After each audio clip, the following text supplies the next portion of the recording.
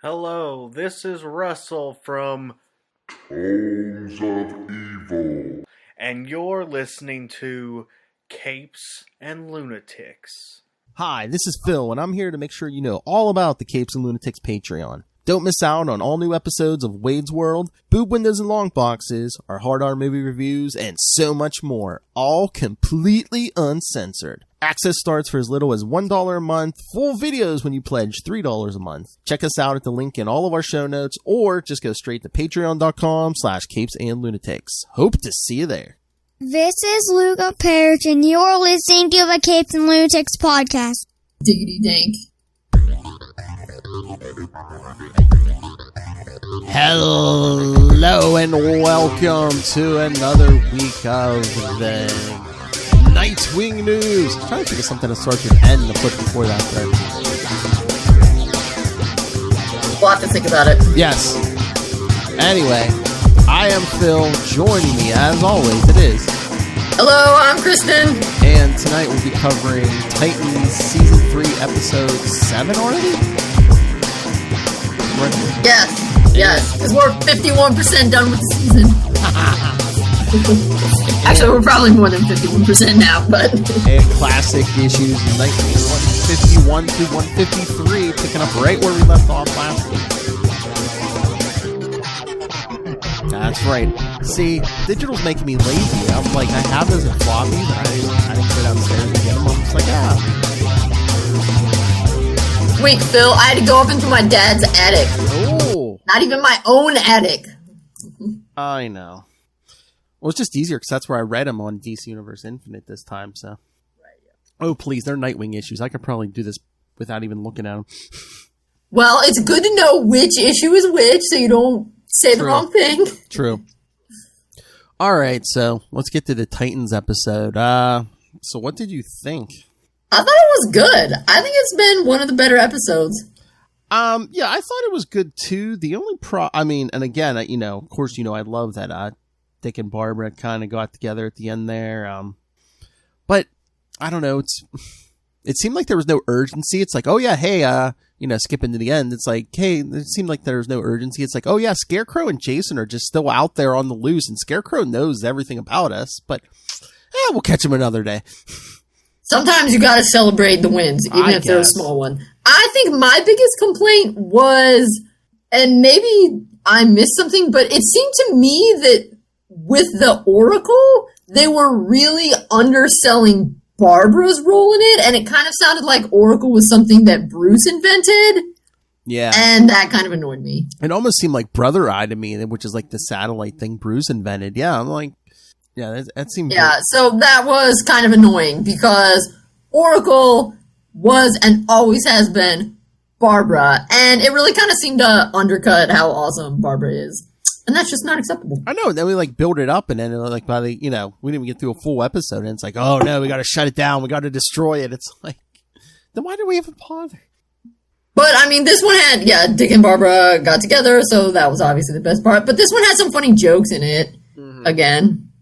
Yeah, I think that was what was weird, and made it seem more like Bruce did it. Because when Dick and Barbara went in to talk to Oracle, Oracle clearly knew Dick better. Because Barbara made that joke, do you two need some alone time? Or whatever. And that, it was funny, but that's not how it was supposed to be. Yeah, no. So yeah, that makes it seem like, Bruce invented this thing too, and it's just like, yeah, that's very odd. Yeah, plus calling the machine Oracle when Oracle was Barbara's code name. I understand they're changing things for the show. And I get it, but it's just always kind of a bummer when they change things and it takes away from really cool stuff. Oh yeah. Without a good reason. It was kind of disappointing that, it was cool that Nightwing was, how it was born from helping these people that shouldn't have been in detention, but it was annoying because he was, in a prison and it didn't have that Superman connection. But it's annoying that they take something away from Barbara, a female character, and give it to Bruce, a male character who already has so much. I know, and he's like, almost evil in this series, but yeah, and then too, it's like, how does Crane like hack into Oracle? I mean, shouldn't that thing have so many backups unless Jason knew a way? That's the only way I can see is. I don't know. But that was one good thing about the episode is you can see they're kind of starting to, they took Jason really bad and now they're kind of starting to redeem him. Yeah. But it's like, again, can you fully redeem him though? I mean, he caused the death of Hawk. So it's like, he tricked Bruce into killing the Joker.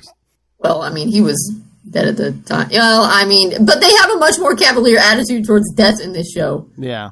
Because Corey killed that woman. Although, seriously, I did not expect that. I don't know why I didn't expect that. Because, of course, as soon as it happened, I thought, oh, I should have expected that. Because this show is super gritty. But I did not expect the mom to I kind of saw it coming, but not that soon. Because, I mean, I guess they still got the information. But I was like, why don't you wait till she gives you the information, then kill her if you're going to kill her, Corey? Oh, yeah, no, that one. No, I don't know why I didn't see her killing the son. I don't know. Yeah. And as soon as it happened, I thought, oh, I should have expected that. This show is so gritty, duh. But I didn't. How do you like in Blackfire? I like it. You think? I think it's interesting. It's cool to see something, and I like how.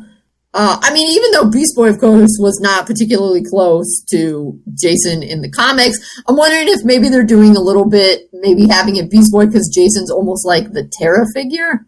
Oh, maybe, yeah.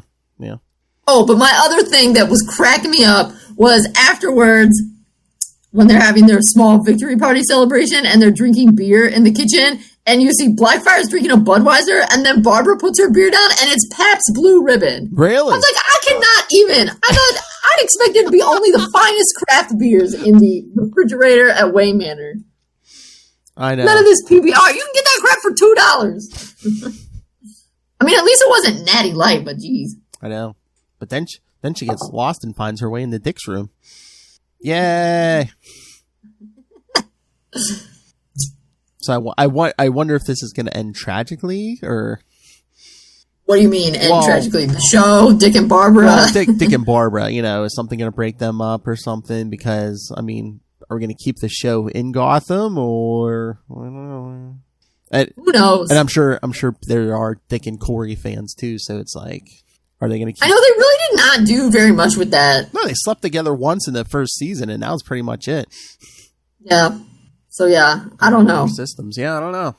I know because, I mean, again, there's a few things they really haven't done much with this season. Like, what was that? The first episode they showed Corey talking to that guy she met last season, but I mean, they really haven't done much besides that one phone call. Well, oh no, she did call him back. She was like, "Oh yeah, yeah." She's had a couple phone calls with him. Yeah, the therapist. Yeah. Well, I mean, we still haven't seen Donna or Raven. So I don't know what's going to happen with that. And it's like, is Dove gone for good? I mean, kind of seems like Hawk is. I wonder if they'll do something with Raven, and I wonder if we're going to bring Donna back or not. Maybe towards the end of the season, the last couple episodes, since we beat Crane. Yeah. I don't know. Well, and like, what are they going to do with Tim? I mean, we saw him in... Not this. I mean, we've seen him in 2 episodes. I know, unless they're very briefly. I mean, are they gonna? Is that gonna happen this season? Or are they just throwing him in there and teasing us? That's true. And if we do bring in Tim as Robin, yeah, I mean, does that mean Jason's gonna stay as Red Hood? I mean, I feel like probably. I would say Jason's much more. Jason's been Red Hood longer than he was ever Robin. He's much more famous as Red Hood now. Yeah, that's just true. And like, is Bruce gonna come back? I mean, yeah, who knows? But again, it's like, he killed the Joker. And I mean, again, is he gonna pull Bruce where it's like, oh no, Joker's not dead, I had him hidden somewhere? I don't know. I mean, we never did see Joker's body. Only time will tell. After Bruce supposedly killed him, we never do see Joker's body. So, all right. So, anything else on that, or shall we get to the issues? Nope. I mean, that's about it. I mean, I do have my nitpicks, but I think for the most part, I think this is the best season of Titans yet.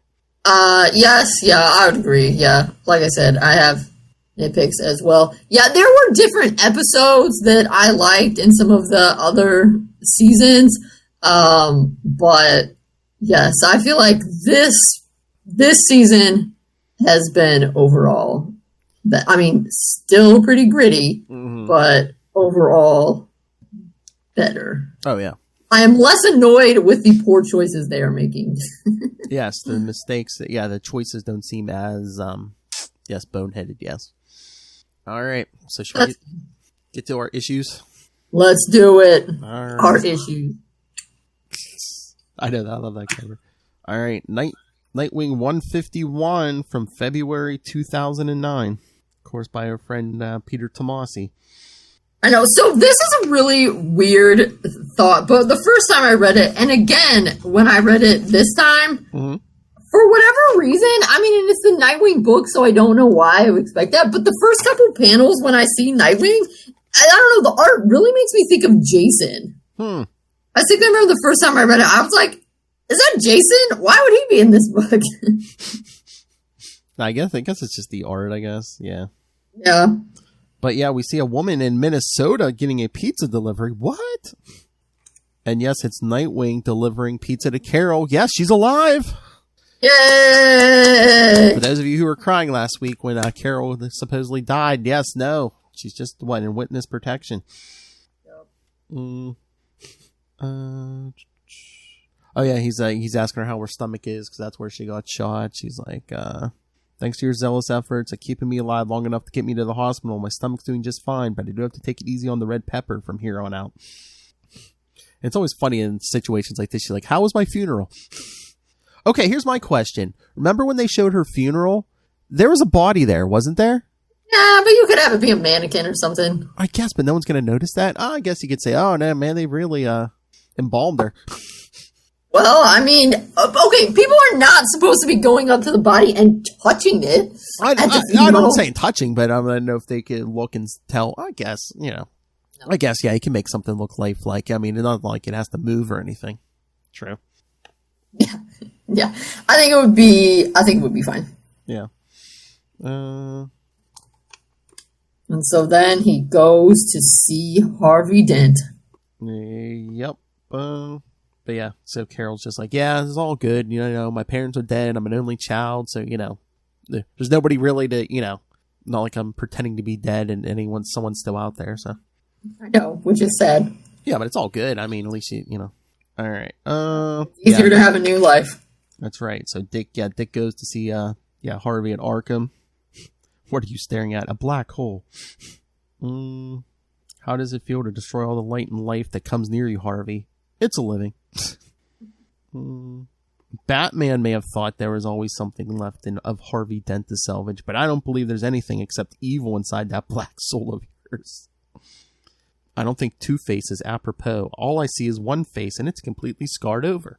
I mean, it makes sense, because I don't think Dick was ever really friends with Harvey Dent.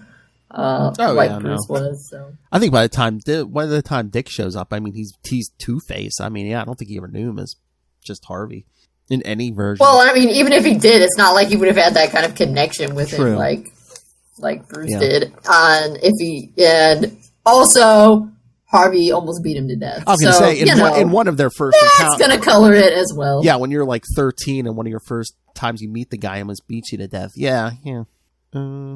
But yeah, Harvey's like, I see the boy wonder, always wondering if you'll be alone, wondering what happens when you have to save everybody, wondering what to do when you have no one left to save.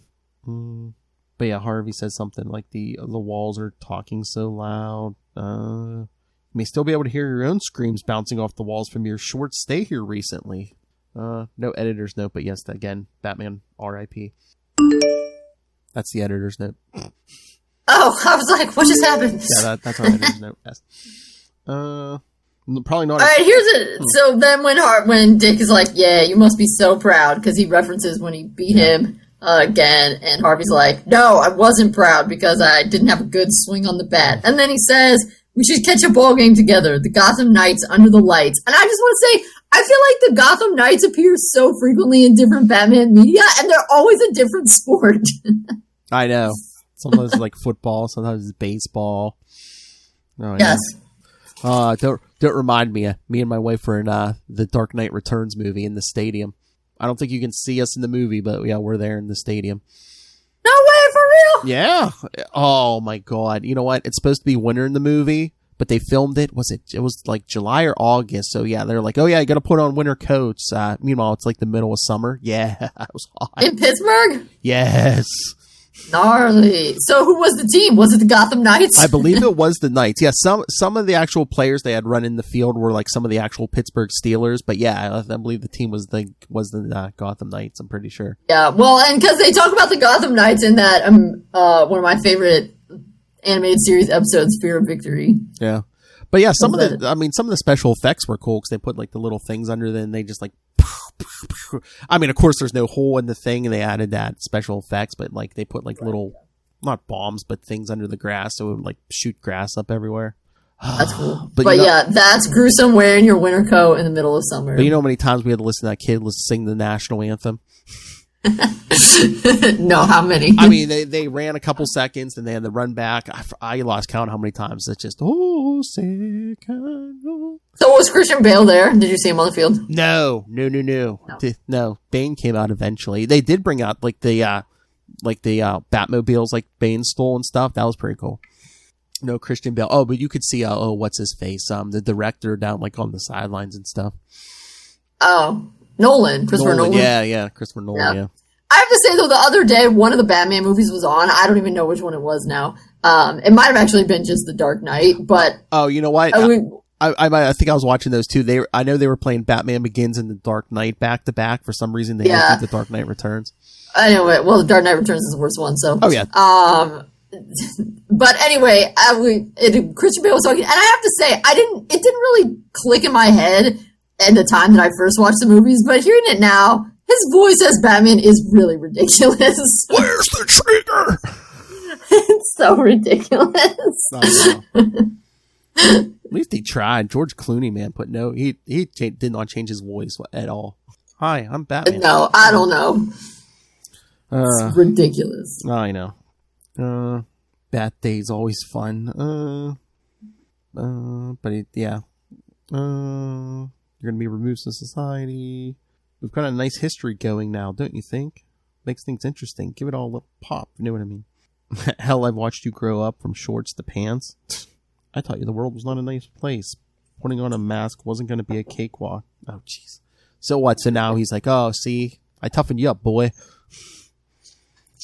Yeah. Not like he can tell him that, but yes, as he says, I learned what life was before you came along. Yeah, I think he knew that life wasn't, all unicorns and rainbows before he got beaten by Harvey. Exactly. But I learned he sees the coin etched on the wall. He's like, I see they took your security blanket away, Linus. Guess you have to suck on your thumb to help you get through the night here. Basically, the Arkham Doctor just wants to show who's boss here. He's like, yeah, you, me, the bad, always spinning around the grand revolving door of justice until one day we won't. Oh, yeah, because remember, we covered it already, but I think Two-Face gets let out by Black Mask in Battle for the Cow. Okay, yeah, and then the next time he appears is when he tries to break into the cave. Yep. So he doesn't know he's fighting Nightwing. Well, I think at first he thinks or at least he thinks that it's a different Batman, and then Dick tries to convince him it is. He's still Bruce, yeah. Somebody to convince him, yeah. Scroll down, kids. We did cover that. Yep. And he says, I'm making big plans. Dick says, and rest assured I'll be there to screw him up, Harv. We're going to be face to face again. Sleep tight. Don't let the psychos bite. And then we see Fort Tryon Park in New York. Yep. That's up where the Cloisters is. Yeah. Yep. Because, Dick's, what's her face? I forget. Deborah, yes. Dick and Deborah are breaking up. Yeah. Although she always calls him Richard, because I think he let her do that when he introduced himself to look at the maps or something. Oh, yeah. Maybe she doesn't always, but here she's like, Richard, But she's, but she says she has to leave, and he's like, why? Because he's like, is it me? She's like, no, it's basically this city, because she kind of got like an acid burn from Two-Face's attack last issue. And she's like, this bullets and stuff. She's like, between the acid rain and the gun battle, and a whole group of flying wingmen right outside my window a few weeks back. then she said she found bullet casings on the in the potted plants on her windowsill. She's like, yeah, it's too much. I just got to, leave town and go home. Which is, I know it's funny though that she says I'm going to San Jose. I thought she was going to be like, I'm going home to Iowa or something. That'd be funny. But yeah, no, so yeah, I mean, it's sad, but at least it works out because they're both leaving New York. That's true. Yeah. Well, and she was saying like these last few months have been really special. I mean, that's not really that long. Yeah, and I was thinking about this. I mean, they were kind of friendly. Did they kiss? I'm trying to remember because I'm like, I can't remember if they had a kiss or not. But besides that, I mean, he really didn't do anything with her that he couldn't do with any other platonic friend. I mean, again, it's a friend. You're going to be sad to see her go, but it's like. Yeah, I mean, I think they were kind of dating, but it didn't seem like very intense dating. I mean, they went on dates, but like I said, they might have shared like a quick peck on the lips or something. But yeah, that's about it. It's basically like, oh, so long, friend.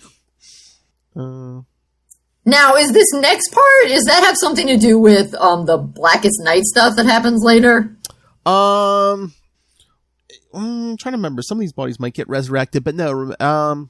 Back I forget. It might be like after that Tomasi issue we covered, a couple months back. But so this is just about when Talia was trying to resurrect those knights and stuff. Oh yeah, because they were like they were trying to steal DNA from like dead superhumans and stuff. So okay.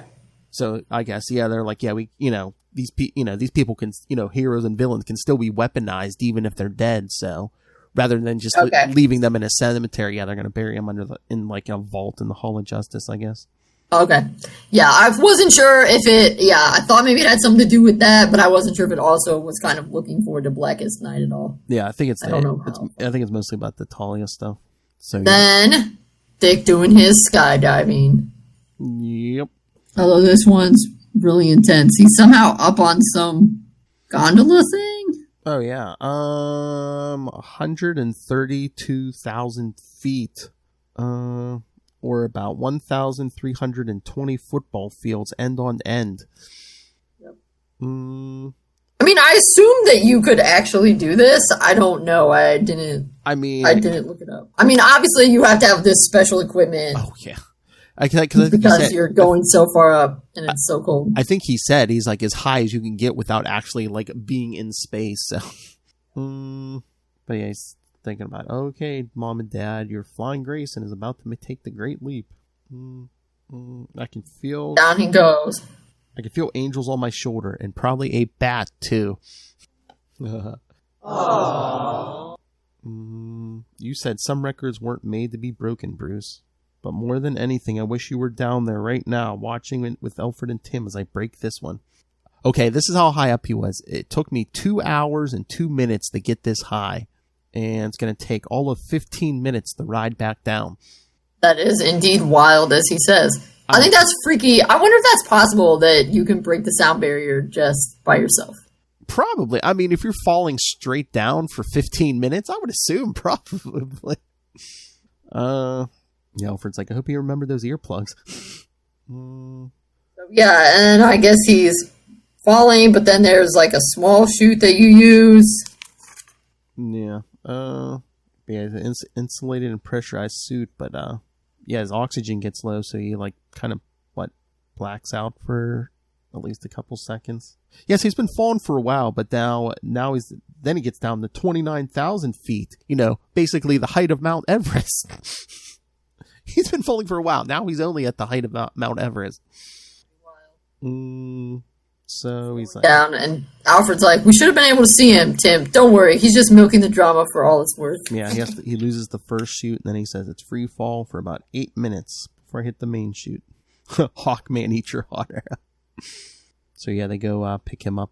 I guess in the middle of the desert or wherever he landed. You broke 4 world records, Buzz. Tim says. Yeah, and he gave him that medal, Space Ranger #1. The free fall altitude record, the human balloon flight altitude record, the longest free fall, and the fastest free fall. Tim, what's next? And Dick, I thought a nap would be perfect right now. And Alfred's like, too bad no one was here to officially record it. And Dick's like, I didn't do it for the record books, Alfred. Did it for me. And then I know in the scene Kristen's going to love, they go back to the the Wayne Manor, and Of course, I love these. And when they finally have the one where everybody's together at, that's in one of the Batmans, isn't it? Or Batman and Robin or something after Bruce comes back when everybody's there. Yeah, I'm trying to remember. I don't know if maybe in early in Tomasi's run did they get together like this too? But yeah, now it's Dick, Tim, and Alfred. Yeah, I know there's one where there's all 5 of them. Yeah. Oh yeah, maybe. Or yeah, maybe it was earlier. Yeah, I thought there was. It might be after too. So yeah. But my question is, I should have looked it up. Do you know this movie? It must be Zorro. It might be. As soon as now it's hitting me. It's got to be Zorro, don't you think? Sotero, maybe. Because they're in front of that just made me think because it's Bruce's chair. Oh, maybe. That they put the. Yeah, I don't know. I'm not sure. But yeah, but I figured you'd like it because they all sit down to watch. The 3 of them sit down to watch a movie with their snacks and stuff, and that's how the issue ends. Maybe it's not Zorro, but you don't know what else they'd watch though. I don't know either. So Grey Ghost. Oh, true. That'd be funny. So, but it definitely doesn't feel like that. No. So good issue, huh?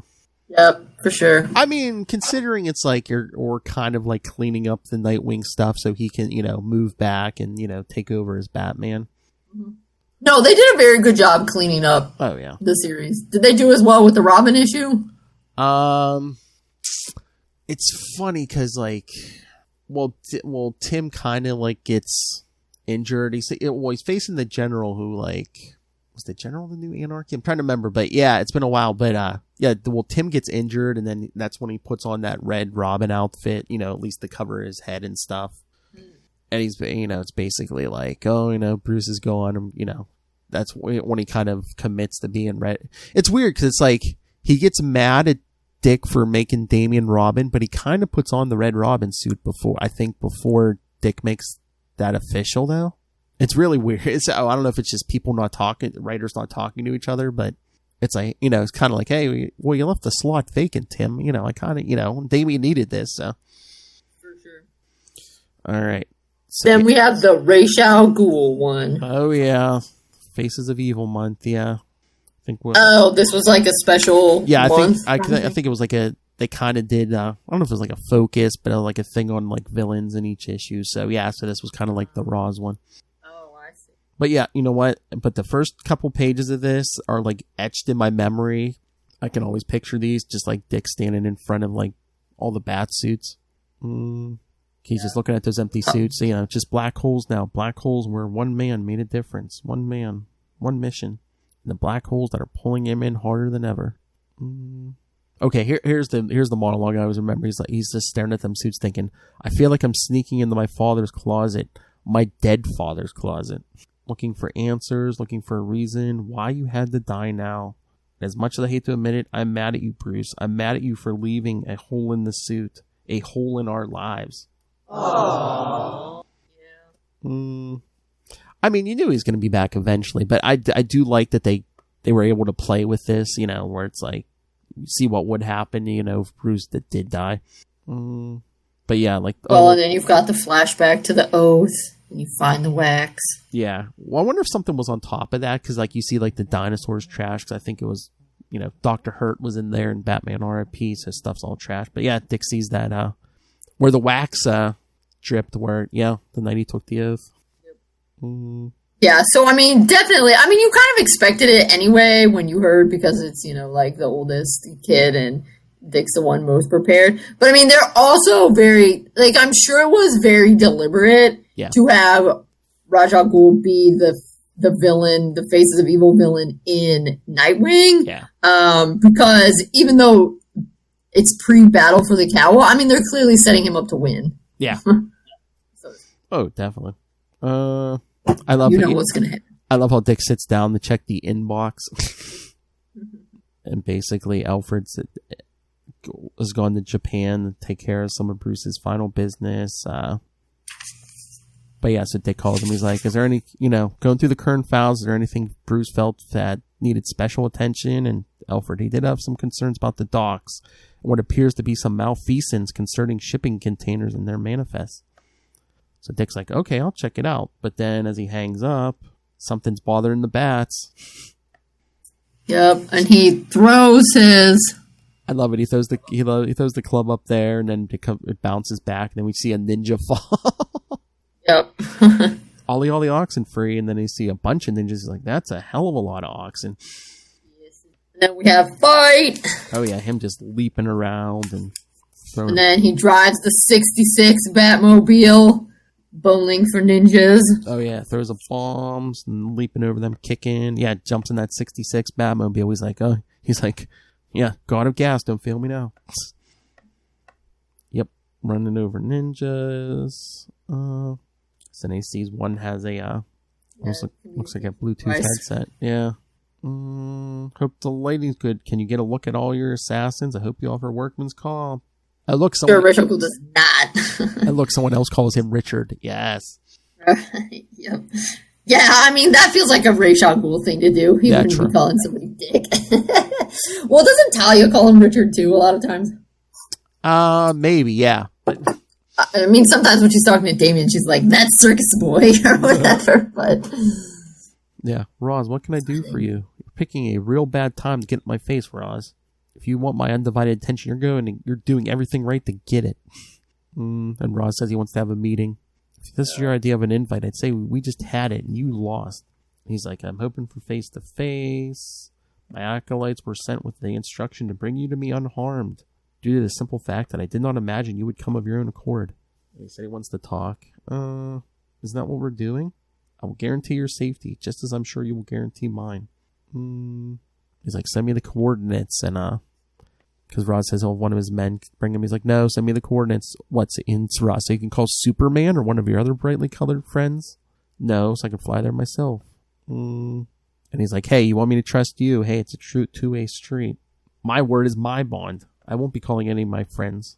If it's a brief truce you want, it's a brief truce you'll get. So, I mean, I guess he wants to get it over with, but it's weird. He jumps in the plane, but leaves all the ninjas tied up.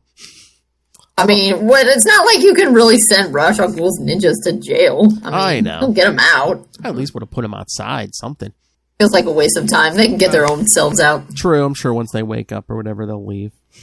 Exactly. Why make it easy for them? Make them get them over their own butts out. So yes, it's the Thar Desert on the border of Rajasthan and Pakistan. Oh, this cracked me up. I thought that it's like Dick missed the chance, or maybe he just doesn't want to laugh at Ra's al Ghul's joke. But when he says, "You must be famished," don't worry about it. I had a few Snickers on board. I'm good. And then Ra's al Ghul says, "Satisfied?" I was like, "Oh, boom! Snickers joke!" And then Dick doesn't say anything about it. I was like, "Come on!" Raj should have been like, "Yeah, oh, thank God. Now you must be yourself then if you had a Snickers." That's right. You're not. Oh my God! You remember when DC was doing those Snickers ads? And there was one. It still angers Lilith to this day, where it was like Batman and Superman fighting Doomsday, and they give him a Snickers, and it turns out it's like Wonder Woman. And it's like, yes. Hey, not yourself. Oh my God, that still angers her to this day that they did that to Wonder Woman. Yeah, they should have done it to one of the guys for sure. Oh yeah, definitely. They should have done it to Batman. I was gonna say Batman. Come on, yeah, he's always having a bad day. Obviously, yes. Yes. But yeah, that cracked me up. And I mean, I assume he did it, but if he wasn't, I mean, surely it was on purpose. But if not, that was amazing. I know. So Roz is like, you satisfied? You flew over the site several times. You can see I'm honoring the truce. There's not one of my acolytes within 25 miles of here. And Dick's like, just as you can see, Superman and the rest of the JLA aren't stomping you into the sand. He's like, so seeing as how this desert is an unusual stopover in my travels, I'd appreciate getting down to business sooner rather than later. So it looks like they're going in a tent, but again, so it's business time. Yeah, secret tunnel down to a Lazarus pit. The tent that leads to a cave. Oh yeah, and this was something that I was curious about. So he's like, all right, handy dandy, there are worse things than dying. And he's like, no. And then he starts to ask about Tim, and it says, you dare stand there and scold me for only offering Timothy Drake his heart's desire, filling the black hole in his heart with life, with the love of parents taken away too soon. So, what's up? I always feel like I don't quite know what's up with Tim's parents because sometimes I read and they kind of suck, and sometimes they're not that bad. So, what are your thoughts on Tim's parents? I mean, again, this is like the original version of his parents, where it's like, you know, when he first meets Bruce, they're always traveling. They're pretty much like neglectful parent. They're running a big corporation, and then pretty much the first time we see them, they get kidnapped, and Tim's mom ends up dead. And yeah, his dad hangs on for a couple years, but then in an identity crisis, he gets killed by Captain Boomerang. Right, yeah. So it's like, were Tim's parents, I mean, they weren't, I mean, I guess they were just like, okay. I mean, yeah, I mean, you could say they were kind of, yeah, like I said, neglectful, but, yeah, there was a big crossover, the resurrection of Ra's al Ghul that went through, you know, Batman. Yeah, that was in the Nightwing. I guess I just feel like, and I read, like in fan fiction in particular, Tim's parents are generally portrayed really badly. Well, in New 52, I think they made him pretty bad. I think they might have been closer to like Jason's parents in New 52. They might have been like criminals or something. Yeah, so I was always, I don't know, it kind of felt like Tim's parents, I mean, because then after his mom died, you know, his dad was trying, and then his dad got married to Dana, and they were kind of a family, I thought. So, I don't know, I feel like it's maybe not just fans, but also somewhat the writers don't have a clear vision of, it's like, Dick's parents are always good. Yeah. Like, John and Mary Grayson are always good parents. And generally speaking, the Waynes are always good. I've seen some stuff where Thomas can be like a bit of a douchebag, but Martha's always good. Dick's parents are always good. And Jason's parents are pretty much always bad.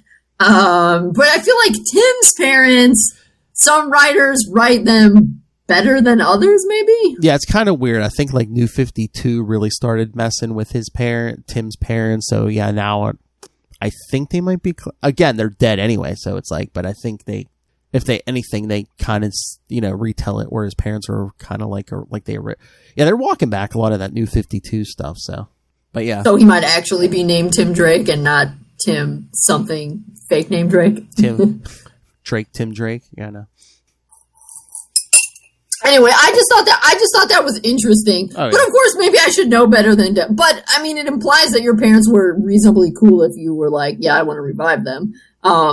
So that, of course, was just interesting that how Raj is like filling the hole with the heart, the love of parents. And I was like, I thought Tim's parents were kind of men. I love how Dick's like, there are worse things than dying, and Ross says, I beg to differ, and Dick's like, for someone who's standing on the down escalator into the hot zone, I'd expect you would, Ross. Yeah, that's pretty funny. Cut the crap, Ross. But yeah, Ross says, I wonder if you would make the same choice Tim made it, if you were his age. The ability to erase the sickening sound of your parents' strong and youthful bodies smashing against the ground. And Dick's like, yeah, you're right. I can't tell you what I would have done. But tell me this isn't why you dragged me 6,000 miles. Tell me this isn't about throwing resurrection in my face. And Ross is like, the detective. He's like, the detective is dead, is he not? His loss is written across your face, Richard. That is why I asked you here. For confirmation. A confirmation I can only get by seeing you in person, looking into your eyes. Although this is the thing that makes it annoying then. I mean, I guess. But how here Dick's like, he made the right choice and stuff, and then he throws the fake Bruce into the pit later when he's Batman. Again, it just seemed like lazy writing. Again, different writers too. Yeah. Yeah, because here he's very much like, no, you wouldn't do that. I mean, I guess they had him do that. I mean, they had him do that because then it was like a fast way to figure out it wasn't really Bruce, and so Bruce wasn't dead. But it feels like you could have done something else. That would have been kind of more fitting. Although, whatever, I guess we can chalk it up to he was increasingly grief-stricken or whatever. But yeah, I mean, because it's like in the resurrection of Ra's al Ghul, and here he's very much like, Tim made the right choice, you know, it's not good to use the Lazarus pit, blah, blah, blah. But yeah, it's funny, Roz throws him a sword and they're fighting and he's saying Bruce Wayne is dead and Dick's saying shut up. But but Roz says, I'm grieving too, because he's like, the Bat deserved to meet his doom at my hands. So yeah, so Roz is mad that he didn't get to kill Bruce. I know. So this is some classic narcissistic behavior right here. Like, I'm mad this guy's dead because he should have been killed by me, only I'm good enough to kill him. Like, whatever, dude. Well, I think he even says, too, he was like, if I would have been killed by Batman, that would have been a worthy death. But, I got robbed of that, too. Mm-hmm. Yeah, but... And then he's like, Gotham and the world should be celebrating the life and death of a man who has pulled them away from the brink of extinction countless times instead of believing that Dark Knight still patrols the city streets. A hero of Batman's caliber should not have perished in the shadows. A hero like Batman should have been killed in the bright light of day for all the world to see. That would have been my final gift to Bruce. Oh, jeez. Wow, some gift. Great. I know. Roz, in truth, I've been cheated by his death as much as you were. Oh. Who says that? Roz. I mean, obviously a villain says that. I mean, then he kicks him in the face and says, in truth, you're just a power-hungry, egotistical son of a bitch, Roz, and you never would have beaten Bruce, never. And that's why and that is what's tearing you apart. Because you know in your deepest, darkest place that he would have won, and that's something you're going to have to accept as all those centuries blow past you. That's right. He's like, the apple doesn't fall far from the tree. I'm not Bruce, Roz. Keep telling yourself that. I mean, that's the thing I think that's always so interesting, particularly about the Bruce and Dick dynamic. And when writers do a good job with it, it's really good, is that they're very alike, very deep down. Like, on the surface, they seem very different because Dick is more talkative and is brighter and, leads more by example and has, willing to be with people and stuff, yeah. Yeah, different leadership style and stuff, but deep down, they're both really driven by the code and by the same stuff. I mean, Dick is basically just a better adjusted version of Bruce. Yeah, exactly. Better than Batman. So I think it's always good because you can sometimes see Bruce and Tim are both really smart and cerebral and good with technology, and Bruce and Jason, both, are kind of like bruisers, with the fighting style, kind of thing. So there are some surface similarities, but Roz tries to hand him the sword he's fighting with. And he's like, here, keep it as a reminder that our paths will cross again. And Dick's like, no, you keep it. I think you should look at that sword I used today, Roz, as a reminder that I'll always be there to face down evil, wherever it goes, wherever it hides, always. And he takes off.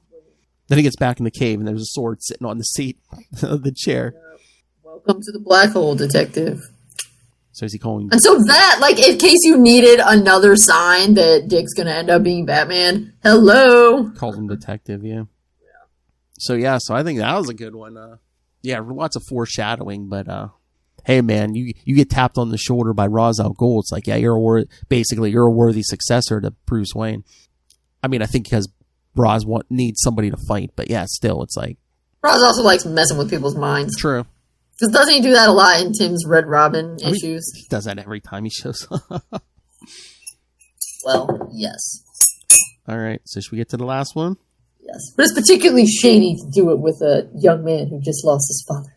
Oh, yes. And now, the final issue. Yeah, it says final issue. He's moving out of the cloisters. Yeah, because... So sad. What is that, April 08? So this is the last issue of an ongoing Nightwing until New 52. Yeah, April 09. Oh, maybe they put the wrong date on this. On the cover it says 09. Okay. Yeah, April 2009. Oh, the digital says 08, so they messed up. Well, that's a year too soon. They messed up. But this is the last issue of Nightwing until New 52, because, he stays, even when Bruce comes back, he stays on as another Batman until New 52. Yeah, so it's over. When did New 52 start? 2011? It was like September, it might have been September 2011. Okay. So, over. Yeah, you've got some of the one-shots and Battle for the Cowl, so it's still a couple months before, the new Batman But stuff. it's like at least 2 years he was Batman and not Nightwing. Not bad. But this one opens up. He's packing up the cloisters because he's leaving town. The JSA's helping him. Pretty sure because their headquarters is in New York also. Yeah, well, plus, those are the JSA people. It's always nice when he sees other heroes. He's the glue that holds this whole universe together. Exactly. So yeah, she's like, thanks for the help, as they all help him pack up. And then Wally shows up. No sleep till Gotham, huh? And then Dick comes in. I'm done taking any more day jobs. It's not necessary. Gotham needs my attention 24/7. Although I owe it to Bruce. I owe it to Gotham. Although he's pulling a Bruce because he said he's going to keep the apartment in New York. You know, it doesn't hurt to have a place in the city. Yeah. Which that's one thing that's interesting, because during a lot of the time in the Titans, in the new Teen Titans, Dick didn't have a day job either. Yeah. I think it was really not until he got his solo series that they were like, oh, what's he gonna do? He needs to do something during the day. And I think that's always been kind of an interesting thing with Dick. And I mean, maybe it'll be an issue for the other Robins too as they get older. I don't know. But they've never been really clear on. He's always around. Like, they can't find a job that fits him. You know how it's like Bruce has always been the rich company guy. Clark is always the reporter. Barry, the forensic guy. Hal flies the airplanes. But what was Wally's job? I don't think he really had a job, because it's like when his Flash series starts, like I know they said he was he a physics student or something? Like he was studying physics, and then like I said early on, he wins the lottery. I mean, he eventually loses it all, but I think his entire, well, you know what? Because pretty early on, Wally's identity gets revealed to the world, so he basically doesn't have a job, you know. And then around issue 200, when Hal Jordan was the Spectre, he erases the world's memory that Wally's the Flash. And then around, issue 201, Wally gets a job as a mechanic in the Keystone City Police Department. He's in the motor pool. Okay. Yeah, so maybe it's kind of an issue with the second generation of heroes who kind of got started as sidekicks, that they don't really, because, when they invented the original heroes, their alter egos were part of that. And, for Wally and Dick and Donna and Roy and Garth and, Jason and Tim, etc. I mean, their alter ego was Child. Yeah, exactly. But yeah, he's like, I'm done taking a day job. Gotham needs me 24/7. I owe it to Bruce. And Wally even says, I can zip you to Gotham. And he's like, no, I'm going to take the train. I wonder if this is intentional or not, because even that first panel when they show the train coming around the track, in the beginning of Batman Year One, that's how Gordon comes into Gotham for the first time. I'm sure it's intentional. Yeah, there's several places. I think so I'm sure that was on purpose. Because isn't he kind of thinking some of the same thoughts that Gordon was thinking? Maybe talking about I want to be closer so I can see the enemy, the people I'm here to protect and serve. I feel doesn't Gordon think similar things when he's coming in? Maybe a little bit, but I know some of his thoughts too are is this a place to raise a kid? Because his wife was already pregnant at that point with James Jr. Maybe Bruce has some of those thoughts. Yeah. Yeah, so that'd be nice. He's a little combination of Bruce and Jim Gordon, yeah.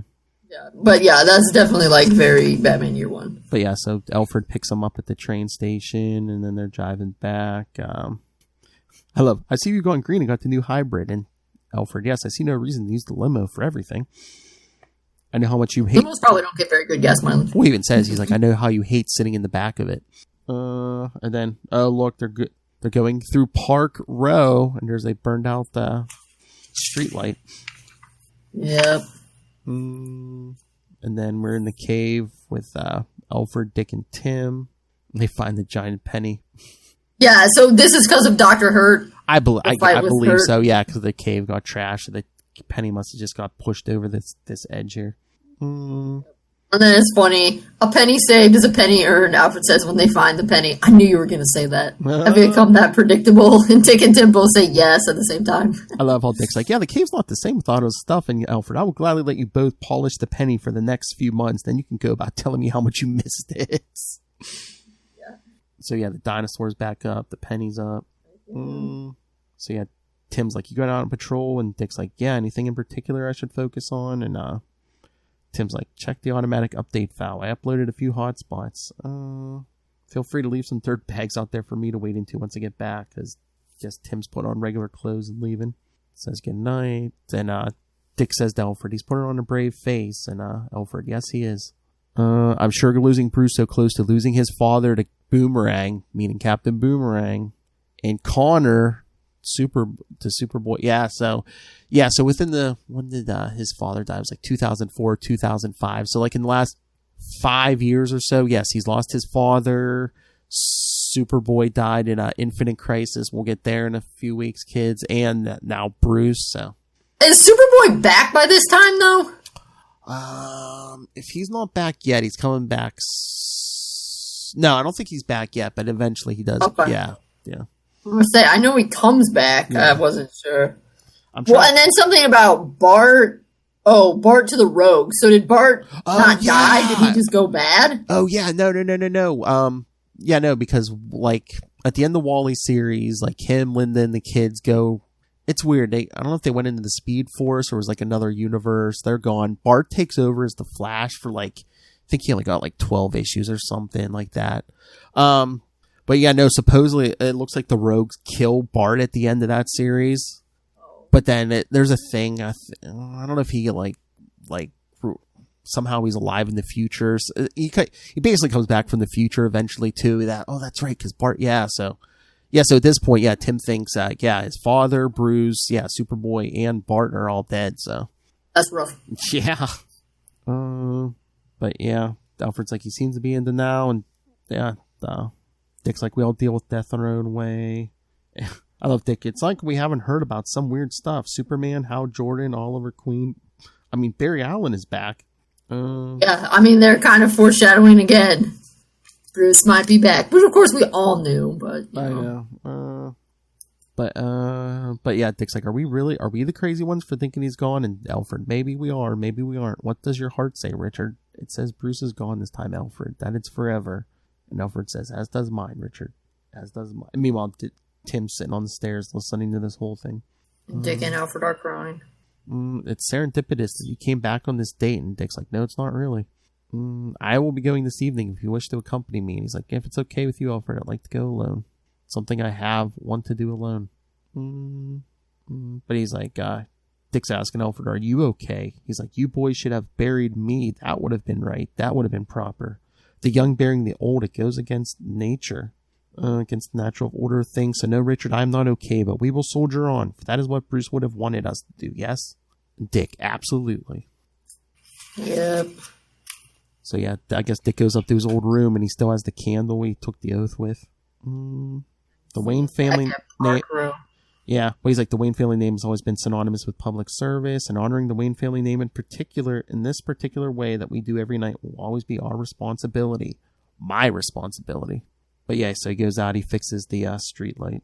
And then you get a very quick origin of Bruce.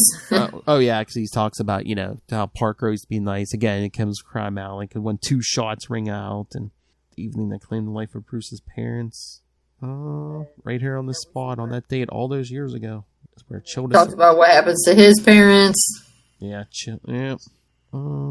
thinking of Bruce kneeling here alone in the blood of his mom and dad, the cordite of the fired gun still fresh in the air. It takes everything I have to hold the tears back. So much loss. It's so strange how in the end that cold evil deed even dictated my future. Seeing the old wax spot on the cave floor got me thinking about the oath I made to Bruce and what it really means. He brings the candle. I guess he's making a new oath right there on the street. I guess, sometimes it's hard to tell. Yeah, I guess it must have been in the bag. Yep. But he's like, when we, basically talk about him and Bruce having to depend on strangers, but lucky for us, they were caring and loving people. At the end of all that pain and horror, thank you, Bruce. There will always be hope in Gotham City. As he swings off into Bruce's head. Does that echo something about one of the other ones? Something about hope in Gotham City? Like, is that? I mean, I think another. I don't know. I think they've used that phrase like in different things. Did the animated series do it? Yeah, but I think they've done that many times. Yeah, that's kind of what I was thinking. But yeah, 3 great issues, and when you think about it, only really one of them had like action, like a fight scene. 2 fight scenes basically. But I mean, the Ra's al Ghul one had a lot of fight scenes. Yeah, but I know you like this. A Bust up those ninjas. Yeah, but I know you like these. A lot of Dick and Alfred, some Dick and Tim. Yeah, these are emotional ones. I love it. Less fighting, more family emotion time. Woo! And just thinking about which is totally weird to read comic book. I mean, it's not weird. They know we like it, so they know it's another reason people read comic books. But then it's like a treasure every time you come across something that's the family stuff and not punching. Well, I think it probably helped too. It seems like they must have given him an advance notice what was going to happen, so he had Tomasi had enough time to again clean up shop and do all this because he knew it was coming. Yes. Yeah. Yep. Yeah. They definitely. I mean, yeah. It even says on their final issue. Well, and since it's tied in with last rites and stuff, yeah. They definitely had this planned out in advance, and they did. And they did a good job. I think at least since Batman R.I.P., they knew exactly where they were going. All right. All right. What I think is interesting is I wonder how soon after they introduced Damian that they knew they were going to do something like this. Yeah, I don't know because Grant Morrison introduced Damian pretty early in his run. Mm-hmm. Well, maybe I don't know. Maybe he had thoughts. Grant Morrison had thoughts about that at that point. I don't know. All right. All right, so should we tell everyone what to read for next week? Yeah, what's happening next week, Phil? Well, of course, we'll have the next episode of Titans. We'll have basically 2 new issues, Nightwing 84, to be part of Fear State, and what is that, Titans United #1? Yeah, I think something like that. Yeah. Oh, I don't know if we said that here, but me and Lilith were looking the other day, that Robins miniseries that's coming out. I didn't realize at first that's written by Tim Seeley, so I'm really excited for that now. Yep. He knows what he's doing. Yeah, and it's going to start, actually, it's going to premiere, or whatever you would say, on DC Universe Infinite, then be physical. So we'll cover that when it comes out. But so next week, Titans episode 8, Nightwing 84, Titans United #1, and the classic issue, one of Kristen's picks, Brave and the Bold 83 from 1969. Have some Teen Titans action in it. So it'll tie in with all the other stuff. Batman's evil son. I know. All right, so. And actually, that one is by 2 famous people. Because I read it, and then I went to buy it off eBay, which I did. I have it upstairs. But I had to pay. I was like, why am I having to pay so much for this one? And then after I got it, I realized I think it's by... I think the art's by Neil Adams. Oh, so maybe. I think that's why. I think it is. I did read it. Yeah, I think it is Adams. All right. So, yes, come back next time. But, all right, special announcement. Nightwing News will not be here next week because next week will be the first episode for October. So, if you want to keep up with us, you'll have to go over to the Capes and Lunatics Sidekicks podcast, because that's going to be the new home of all of our DC shows starting October. So, yes, you'll be able to find Nightwing News square in the middle of the week, right between We Are the Night, the Batman podcast, and Sector 2814, the Green Lantern podcast. So, yes, Capes and Lunatics Sidekicks going forward for Nightwing News. All right, so send us your thoughts, like we said, on all that stuff. Email us, capesandlunatics@gmail.com. Or call the voicemail 614-382-2737. That's 614-38-CAPES. And remember, you can follow Nightwing News on Facebook, on Twitter. Go join our Bloodhaven Bulletin, our Facebook fan group. You can find links to all the various social medias for all of the shows we do. Links to this YouTube channel. Please subscribe there. But more importantly, please go. You can find a link to our Patreon. Please subscribe to our Patreon if you can. Because once again, the Southgate Media Group is no more. We are funding this ourselves. Kristen just made a hefty deposit. So, yes. So please, if you can, please subscribe to the Patreon. Every little bit helps. And of course, if you can't do that every month, you can always, and I just updated our shop. You can go to TeePublic and get yourself some Capes and Lunatics merchandise. Got the cups, got the t-shirts, got the phone cases. I was looking, they have a bunch more stuff. I don't think they always had all that stuff, but they even have masks now. hoodies, all kinds of different t-shirts. They might have other stuff. I can't remember. But yeah, go. So yeah, find links to everything. It's all in one handy, convenient place. Linktree, linktr.ee/capes and lunatics. And speaking of supporting, paying Kristen her money back, you can go on Amazon, pick up Dick Grayson, Boy Wonder. So, if you don't like me, if you want to just send money right to Kristen, yes, go pick up Dick Grayson, Boy Wonder. Again, it all helps. It all helps. All right, kids. Again, come back in 1 week. Capes and Lunatics Sidekicks podcast. Should be subscribed to both podcasts, and you will miss none of our shows. But yes, the Capes, this Capes and Lunatics podcast will be all Marvel starting next week. So yes, you can catch Nightwing news on Capes and Lunatics Sidekicks. And again, send your thoughts. Titans Season 3, Episode 8.